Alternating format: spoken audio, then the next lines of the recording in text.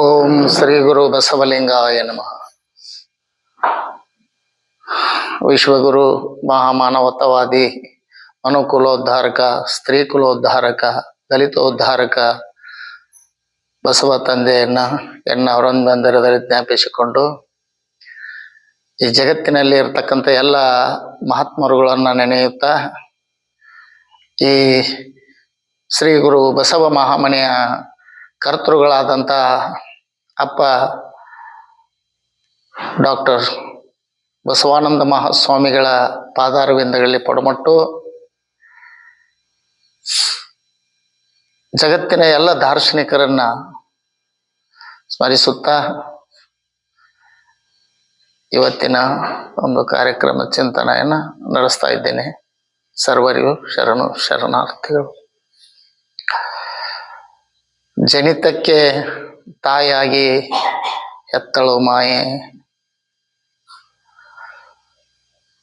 ಮೋಹಕ್ಕೆ ಮಗಳಾಗಿ ಹುಟ್ಟಿದಳು ಮಾಯೆ,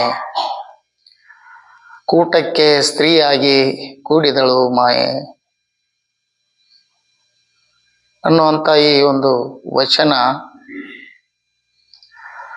ಇದನ್ನು ನಾವು ವಿಶ್ಲೇಷಣೆ ಮಾಡುತ್ತಾ ಹೋದ್ರೆ ವಚನಗಳಲ್ಲಿ ಆಗಲಿ, ವೇದಶಾಸ್ತ್ರಗಳಲ್ಲಿ ಆಗಲಿ ಹೆಣ್ಣಿನ ಬಗ್ಗೆ ಬಹಳ ಒಂದು ಎತ್ತರದ ಸ್ಥಾನವನ್ನು ಕೊಟ್ಟಿದ್ದಾರೆ. ಕಾರೇಶು ದಾಸಿ, ಕರನೇಶು ಮಂತ್ರಿ, ಭೋಜೇಶು ಮಾತಾ. ಕಾರ್ಯದಲ್ಲಿ ಸಹಾಯಕಿಯಾಗಿ, ಕಾರಣಿಕದಲ್ಲಿ ಒಂದು ಕೆಲಸಗಾರಳಾಗಿ, ಊಟ ಮಾಡುವಲ್ಲಿ, ಊಟಕ್ಕೆ ನೀಡುವಲ್ಲಿ ತಾಯಿಯಾಗಿ ಇರ್ತಕ್ಕಂಥ ಈ ಹೆಣ್ಮಗಳನ್ನ ಶರಣರು ತಾಯಿಯಾಗಿ,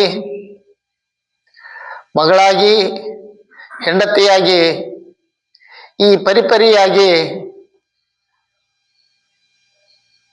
ಹೆಣ್ಮಕ್ಕಳಿಗೆ ಮರ್ಯಾದೆಯನ್ನು ಕೊಡ್ತಾರೆ. ಆದರೆ ಈಗಿನ ಸಮಾಜದಲ್ಲಿ ಹೆಣ್ಮಕ್ಕಳಿಗೆ ಯಾವ ರೀತಿಯ ಶೋಷಣೆ ನಡೀತಾ ಇದೆ,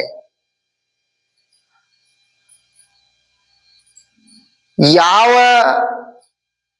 ಕೆಟ್ಟ ಬೇಗಳುಗಳು ಏನದಾವಲ್ಲ ಅವೆಲ್ಲ ಹೆಣ್ಮಕ್ಳ ಮೇಲೆ ಇದಾವೆ, ಬ್ಯಾರೆದವ್ರ ಮೇಲೆ ಇಲ್ವೇ ಇಲ್ಲ. ಏನ್ ಬೇದ್ರು ಹೆಣ್ಣಿನ ಕರ್ಕೊಂಡ ಬೇಯೋದು, ಏನು ಶೋಷಣೆ ಮಾಡಿದ್ರು ಹೆಣ್ಮಕ್ಳಲ್ಲೇ ಶೋಷಣೆ. ಇದು ಯಾಕೆ ಈ ತರ? ತಾಯಿಯಾಗಿ ಹೆಣ್ಣು ಬೇಕು, ಮಗಳಾಗಿ ಹೆಣ್ಣು ಬೇಕು,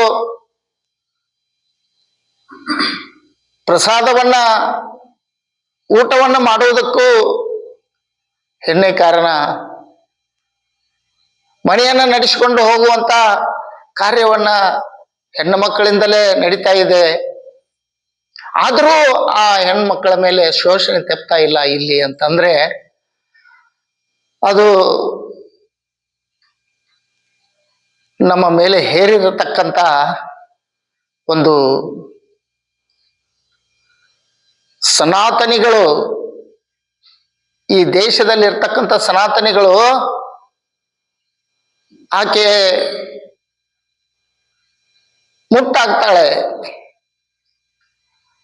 ಮುಟ್ಟಾಗ್ತಾಳೆ ಅನ್ನುವಂತ ಒಂದು ದುಷ್ಟ ದೃಷ್ಟಿಯನ್ನ ಮನಸ್ಸಿನಲ್ಲಿ ಇಟ್ಟುಕೊಂಡು ಆಕೆಯ ಮೇಲೆ ದೌರ್ಜನ್ಯವನ್ನು ನಡೀತಾ ಇದೆ, ದೌರ್ಜನ್ಯ ನಡೆಸ್ತಾ ಇದ್ದಾರೆ. ಇದು ಎಷ್ಟು ಸಮಂಜಸನೋ ಏನೋ ಗೊತ್ತಿಲ್ಲ. ಪರಮಾತ್ಮನಿಂದ ಬಂದ ಇದೊಂದು ಹೆಣ್ಣು ಅಂತಂದ್ರೆ ಪರಮಾತ್ಮನೇ ಅದನ್ನ ಎರಡನೇ ದರ್ಜೆಯ ಪ್ರಜೆ ಅನ್ನೋ ಹಾಗೆ ಆಕೆಗೆ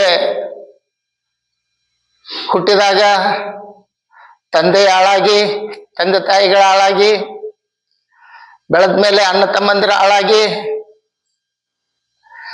ಮದುವೆ ಆದ್ಮೇಲೆ ಗಂಡನ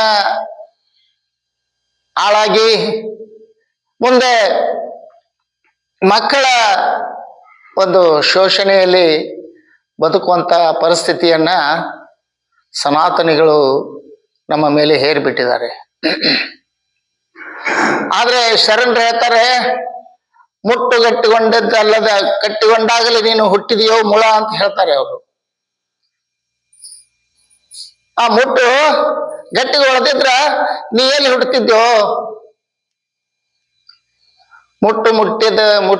ಮುಟ್ಟಿ ಎಲೆ ಮುಟ್ಟುಚಟದಿಂದ ನೀನು ದೂರ ಇರು. ಹೆಣ್ಣು ಅದೊಂದು ಮಾಯೆ, ಹೆಣ್ಣು ಅದೊಂದು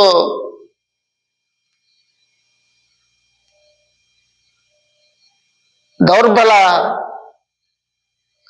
ಅದೊಂದು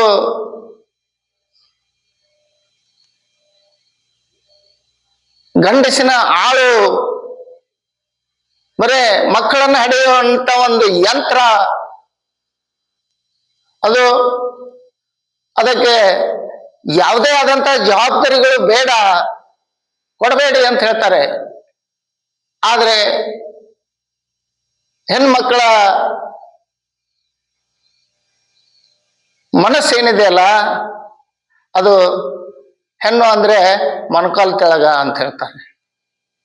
ಆದ್ರೆ ತಿಳುವಳಿಕಿದ್ದವ್ರು ಹೇಳ್ತಾರೋ, ಆ ಮೊಣಕಾಲು ತೆಳಗ ಅನ್ನುವಂತ ಒಂದು ಸ್ಥಳಾರ ಹೆಣ್ಮಕ್ಳಿಗಿದೆ. ಆದ್ರೆ ನಿಮಗೆ ಅದು ಇಲ್ಲಲ್ಲೋ, ನಿಮಗೆ ಸ್ಥಳನೇ ಇಲ್ಲ. ಯಾವ ಪರಿಸ್ಥಿತಿಯಲ್ಲಿ ನೀವಿದ್ದೀರಿ?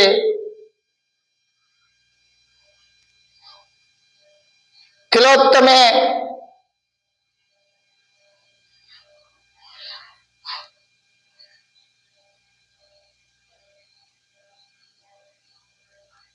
ಸಾಕಷ್ಟು ಹಿಂದಿನ ಒಂದು ನಮ್ಮ ವೇದಗಳಲ್ಲಿ, ಪುರಾಣಗಳಲ್ಲಿ ಹೆಣ್ಣು ಮಕ್ಕಳಿಗೆ ವಿಶೇಷವಾದ ಸ್ಥಾನಮಾನವನ್ನು ಕೊಟ್ಟಿದ್ದಾರೆ. ಹಾಗಾದ್ರೆ ವೇದ ಪುರಾಣಗಳು ಸುಳ್ಳ? ಅವನ್ ನಂಬೇಕು ಅಥವಾ ಇವ್ರು ಮಾಡಿದಂಥದನ್ನ ನಂಬೇಕು? ಯಾವ್ದನ್ನ ನಂಬೇಕು ನಾವು?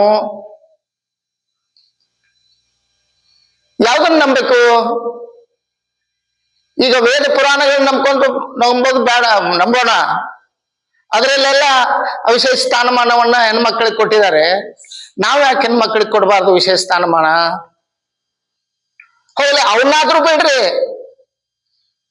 ಈ ಕಡೆ ಬಂದು ಈ ಒಂದು ಸನಾತನಿಗಳ ಒಂದು ಪದ್ಧತಿಯನ್ನ ಅನುಸರಿಸಿ ಹೆಣ್ಮಕ್ಳನ್ನ ಕೀಳು ದರ್ಜೆ, ಕೀಳು, ಆಕೆ ಒಂದು ಮಕ್ಕಳನ್ನ ಹಡೆಯುವಂತ ಒಂದು ಯಂತ್ರ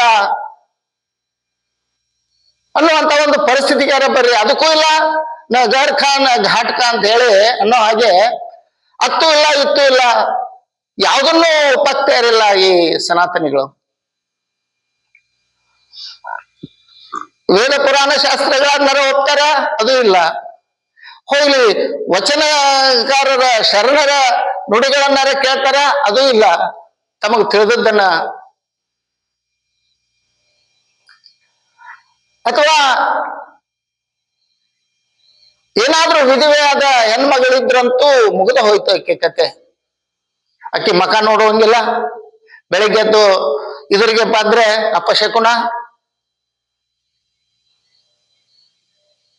ಅಥವಾ ಯಾವ್ದಾದ್ರೂ ಕೆಲಸಕ್ಕೆ ಹೋಗುವಳದಾಗ ಇದರಿಗೆ ಬಂದ್ರಂತೂ ಆ ಕೆಲಸ ಆಗೋದಿಲ್ಲ ಅಂತ ಇಲ್ಲೇ ಅದನ್ನ ಕಾಯಂ ನಿರ್ಣಯ ಮಾಡ್ಕೊಂಡ್ ಬಿಡೋದು ಅದನ್ನ.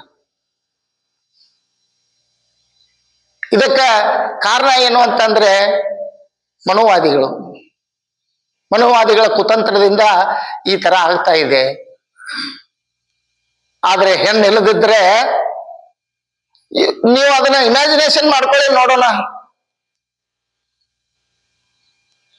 ಇಲ್ಲದಿದ್ರೆ ಏನಾಗ್ತಿತ್ತು ಪರಿಸ್ಥಿತಿ? ಹೋಗ್ಲಿ, ಆಕಿ ಆ ಮುಟ್ಟಾಕ್ತಾಳೆ, ಮಕ್ಕಳ ಹಿಡಿತಾಳೆ, ಆಮೇಲೆ ಮೈಲಿಗೆ ಹಾಕ್ತಾಳೆ, ಒಪ್ಕೊಳ್ಳೋಣ. ಅಕಸ್ಮಾತ್ ಅದು ಇಲ್ಲದಿದ್ರೆ, ಹೆಣ್ಣು ಇಲ್ಲದಿದ್ರೆ ಏನಾಗ್ತಿತ್ತು ಈ ಪರಿಸ್ಥಿತಿ, ಈ ಸಮಾಜದಲ್ಲಿ ಈ ಪರಿಸ್ಥಿತಿ?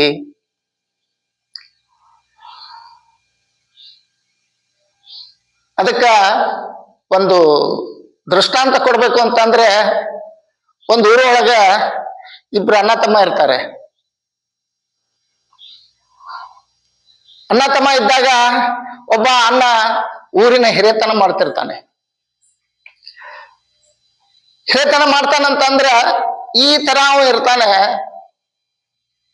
ಅವನಂಗ ಇರ್ಬೇಕಪ್ಪ, ಹುಟ್ಟಬೇಕು, ಅವನಂಗ ಹುಟ್ಟಬೇಕು, ಗಂಡಸಾಗಿ ಹುಟ್ಟಬೇಕಾದ್ರೆ ಆ ದೊಡ್ಡ ಅಣ್ಣನ ಹಾಗೆ ಹುಟ್ಟಬೇಕು ಅಂತೇಳಿ ಜನ ಎಲ್ಲ ಮಾತಾಡ್ತಿರ್ತಾರೆ. ಸಣ್ಣವೇನಿರ್ತಾನಲ್ಲ ಅವ ಒಕ್ಕಲತನ ಮಾಡುವುದೇ ಅವನ ಕಸಬು. ಮುಂಜಾನೆ ಎದ್ದು ಹೊಲದ ಕೆಲಸ ನೋಡಾಕತ್ತಂತಂದ್ರೆ ರಾತ್ರಿವರೆಗೂ ಹೊಲದೊಳಗೆ ಇರೋದು. ಇಷ್ಟು ಚೀಲ ಕಾಳುಗಳನ್ನ ಬೆಳಿಬೇಕು ಅಂತ ಮನಸ್ಸು ಮಾಡಿದ್ರೆ ಅಷ್ಟು ಕಾಳುಗಳನ್ನ ಬೆಳೆದತ್ತಿರೋದು. ಅಂತ ಒಂದು ಕೃಷಿಕ, ನುರಿತ ಕೃಷಿಕ. ಹಂಗ ಸುಮ್ಮನೆ ನಾವು ಹೋಗಿ ಒಂದಿಷ್ಟು ಏನೋ ಹೊಲದೊಳಗ ಒಂದು ಕುಂಟಿನೋ ರೆಂಟಿನೋ ಹಾಕಿ ಬಂದು ಕಾಳು ಹಾಕಿ ಬಂದು ಮನ್ಯಾಗ ಕೊಂಡ್ರೋದಲ್ಲ. ಇಷ್ಟು ಕಬ್ಬು ತೆಗಿಬೇಕಂದ್ರೆ ತಿರುದು ಅಂತ ಒಬ್ಬ ಕೃಷಿಕ. ಇಬ್ಬರದು ಮನೆತನ ಇಷ್ಟು ಚಂದ ಹೋಗ್ತಿರ್ತದ. ಬಹಳ ಒಂದು 10 ಹಳ್ಳಿ ಒಳಗ ಅವರ ಮನೆತನ ಫೇಮಸ್ ಆಗಿಬಿಟ್ಟಿರುತ್ತೆ, ಫೇಮಸ್. ಅಂತದ್ರಲ್ಲಿ ಒಂದಿನ ಏನಾಗಿಬಿಡ್ತದ, ತಮ್ಮನಿಗೆ ಒಂದ್ ಸ್ವಲ್ಪ ವಿಚಾರ ಬರ್ತದ. ಏನು ನಾ ಇಟ್ಟು ದಿವ್ಸ ಬರೀ ಹೊಲದಾಗ ದುಡಿದಾತ್ ನನ್ ಬಾಳೆ, ನಾ ಹೊಲದಾಗ ದುಡ್ಕೊಂತ ಹೋಗುದು, ನಮ್ಮ ಅಣ್ಣ ಇಸ್ತ್ರಿ ಅರಿಬಿ ಹಾಕೊಂಡು ಊರ್ ಹಿರಿಯತನ ಮಾಡ್ಕೊಂತ ಆರಾಮ್ ಅಡ್ಡಾಡ್ಕೊಂತ ಹೋಗಾವ. ನನಗೂ ಒಂದಿಷ್ಟು ಊರ್ ಹಿರಿಯತನ ಮಾಡ್ಬೇಕು ಅನ್ನೋ ಮನಸ್ಸು ಆಸೆ ಆಗಿದೆ ಅಂತೇಳಿ ಅವ್ರ ಅಣ್ಣಗ ಕೇಳ್ಬಿಡ್ತಾನೆ. ಫ್ರಾಂಕ್ ಇರ್ತಾರೆ ಅವ್ರಿಬ್ರು ಅಣ್ಣ ತಮ್ಮ. ಅವರಲ್ಲಿ ಯಾವ ಒಳ ಹೊರಗು ಮುಚ್ಚು ಮರೆ ಯಾವ ಇರುದಿಲ್ಲ. ಅಣ್ಣ, ನಾನು ಇವತ್ತ ಒಕ್ಕಲ್ತನ ಇದಕ್ ಹೋಗೋದಿಲ್ಲಪ್ಪ, ಹೊಲಕ್ ಹೋಗೋದಿಲ್ಲ ಅಂತಂತಾನೆ. ಯಾಕೋ ಮರಾಯಿ, ಏನು ಹೊಲಕ್ ಹೋಗೋದಿಲ್ಲ ಅಂದ್ರೆ ಇವತ್ತು ಒಂದ್ ದಿವ್ಸ ಏನ್ ಆರಾಮೈತಿ ಇಲ್ಲೋ ಅಂತೇಳಿ ಅವ್ರ ಅಣ್ಣ ಕೇಳ್ತಾನ. ಇಲ್ಲ, ಎಲ್ಲ ಆರಾಮೈತಿ, ಇನ್ನು ಮ್ಯಾಲ ನಾವೆಲ್ಲ ಹೊಲಕ್ ಹೋಗುದಿಲ್ಲ. ಹೊಲಕ್ ಹೋಗುದಿಲ್ಲ ಅಂದ್ರೆ ಮತ್ ನೀ ಏನ್ ಮಾಡವ? ನೀ ಏನ್ ಮಾಡ್ತಿದ್ಲ ಊರ್ ಹಿರಿಯತನ, ಅದನ್ನ ನಾ ಮಾಡ್ತೀನಿ. ಹೌದಾ, ಬಾಳ ಬಂಗಾರ ಆತವ ಮರಾಯ. ನನಗಿದು ಅದನ್ನ ಅನುಭವಿಸಿ ಮಾಡಿ ಅದನ್ನ ನೋಡಿ ನನಗ್ ಸಾಕಾಗಿ ಹೋಗಿತ್ತು. ಒಂದಿಷ್ಟು ನನಗ ಇದನ್ನ ಕೊಟ್ಟಪ್ಪ, ವಿಶ್ರಾಂತಿ ಕೊಟ್ಟಿ, ರೆಸ್ಟ್ ಕೊಟ್ಟಿ, ನಾನು ನೀ ಮಾಡೋ ಕೆಲಸವನ್ನು ನಾ ಮಾಡ್ತೇನೋ, ನಾ ಮಾಡೋ ಕೆಲಸವನ್ನು ನೀ ಮಾಡು ಅಂತ ಹೇಳಿ ಅವ್ರ ಅಣ್ಣ ಹೇಳಿ, ಹಾಗಾದ್ರೆ ನನಗ ಬೆಳೆ ಹೊಡಿದು, ಕುಂಟಿ ಹೊಡಿದು, ರೆಂಟಿ ಹೊಡಿದು, ಕಾಳು ಹಾಕೋದು, ಬಿತ್ತೋದು, ಕೂರ್ಗಿ ಹೊಡಿದು, ಇದು ಯಾವುದು ನನಗೆ ಗೊತ್ತಿಲ್ಲ. ಒಂದ್ ಸ್ವಲ್ಪ ನನಗೆ ಕಲಿಸ್ಕೊಡಪ್ಪ, ಅದನ್ನ ಕಲಿಸ್ಕೊಡು ಅಂತಂತಾನ. ಆಗ ಅವ್ರ ತಮ್ಮ ಹೇಳ್ತಾನು, ಆಯ್ತು ನಡಿ ಅನ್ನ ಕಲಿಸ್ಕೊಡ್ತೇನು ಅಂತ. ಮತ್ ನನಗೆ ಊರ್ ಹಿರಿಯತನ ಮಾಡಿ ನನಗ್ ಗೊತ್ತಿಲ್ಲ, ಅದಕ್ಕೆ ನನಗೊಂದಿಟ್ಟು ಅದನ್ನ ಕಲಿಸ್ಕೊಡು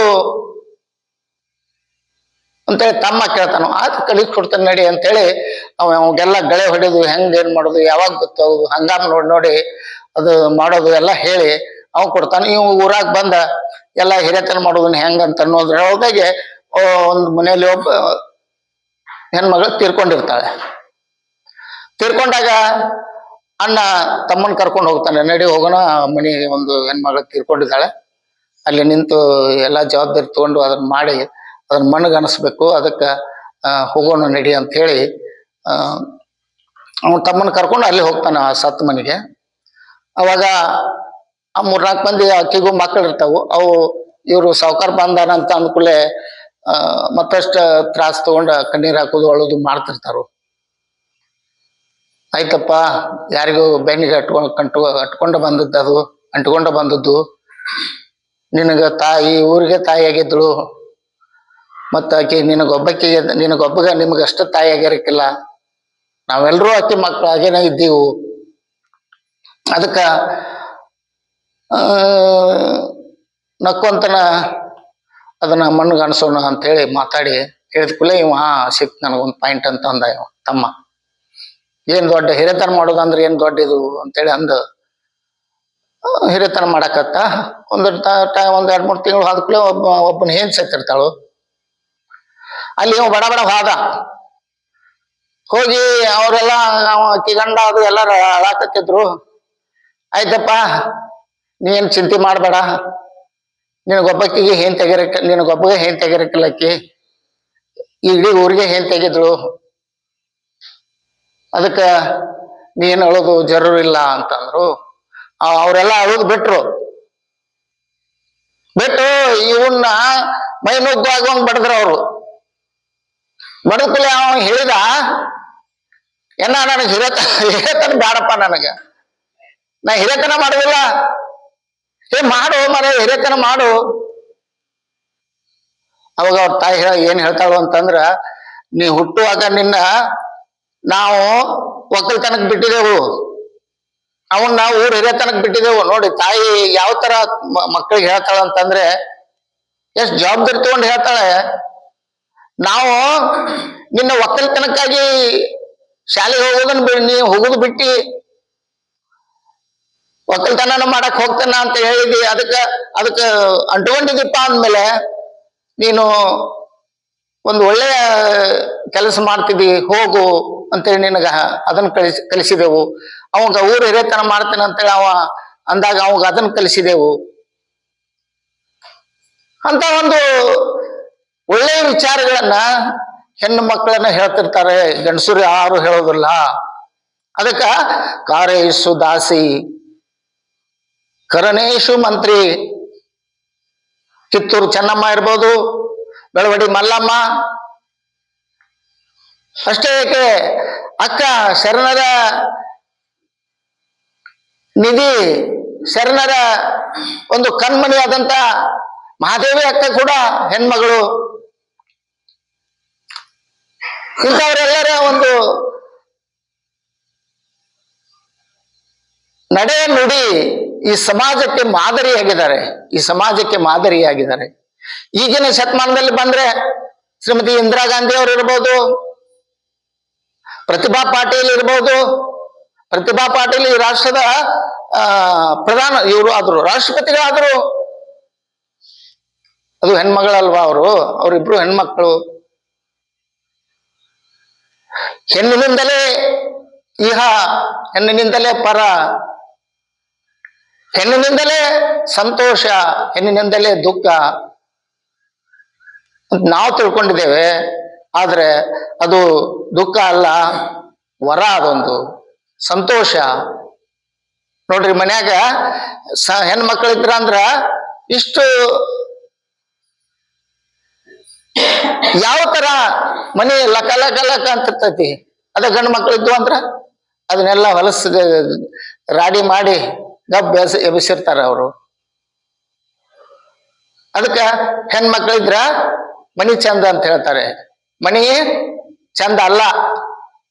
ಹೆಣ್ಮಕ್ಳಿದ್ರೆ ಆ ಗಂಡ ಸತ್ತಾಗ ಆ ಹೆಣ ಶೃಂಗಾರ ಅಂತ ಹೇಳ್ತಾರೆ. ಆ ಶೃಂಗಾರ ಆಗ್ಬೇಕಾದ್ರೆ ಹೆಣ್ಮಕ್ಳು ಬೇಕು. ಹೆಣ್ಮಕ್ಳನ್ನ ಶೋಷಣೆ ಮಾಡಬಾರದು ಅಂತ ಹೇಳಿ ತಮ್ಮಲ್ಲಿ ಇಲ್ಲಿ ಅಷ್ಟೇ ಅಲ್ಲ, ಎಲ್ಲ ಕಡೆನೂ ಆ ಶೋಷಣೆಯನ್ನ ನಡೆಸಿಕೊಂಡು ಹೋಗ್ಬೇಕಂತ ಹೇಳಿ ತಮ್ಮಲ್ಲಿ ವಿನಂತಿ ಮಾಡಿಕೊಂಡು ನನ್ನ 2 ಮಾತುಗಳನ್ನು ಮುಗಿಸ್ತೇನೆ. ಎಲ್ಲರಿಗೂ ಶರಣಾರ್ಥಿಗಳು.